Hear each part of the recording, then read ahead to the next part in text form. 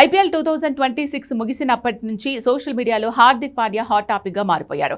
3 ఏళ్ల క్రితం ముంబై ఇండియన్స్ లోకి కెప్టెన్ గా రీఎంట్రీ ఇచ్చిన అతడు ఆశించిన ఫలితాలు అందుకోలేకపోయాడు. ఈ 3 సీజన్లలో ముంబై 2 సార్లు లీగ్ స్టేజ్ కి పరిమితమైంది. దానికి తోడు జట్టులో అతడు ఒంటరి అయ్యాడని ప్రచారం జరుగుతోంది. ఈ నేపథ్యంలో హార్దిక్ పాండ్యా వచ్చే ఐపీఎల్ 2027 సీజన్ కు ముందు ముంబైని వీడతాడని జోరుగా వార్తలు వస్తున్నాయి. ఇటీవల ఈ వార్తలు మరింత పెరిగాయి. ట్రేడ్ విండోలో అతన్ని దక్కించుకునేందుకు ఫ్రాంచైజీలు పోటీ పడుతున్నాయని సమాచారం.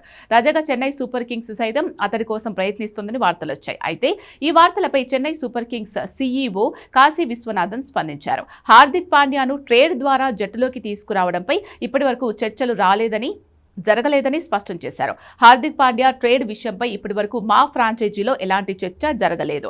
ఐపీఎల్ 2026 పై రివ్యూ మీటింగ్ జరిగిన తర్వాతే ట్రేడ్లపై నిర్ణయాలు తీసుకుంటామని తెలిపారు.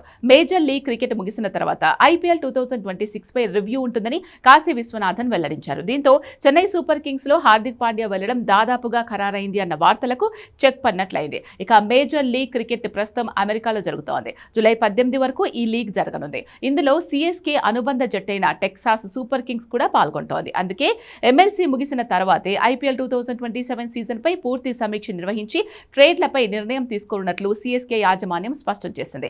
మరోవైపు హార్దిక్ పాండ్యా కోసం 7 ఫ్రాంచైజీలు పోటీ పడుతున్నట్లు సమాచారం. Defending champion Royal Challengers Bengaluru, Sunrisers Hyderabad మినహా మిగతా ఫ్రాంచైజీలు అతన్ని దక్కించుకునేందుకు ప్రయత్నాలు చేస్తున్నట్లు వార్తలు వస్తున్నాయి.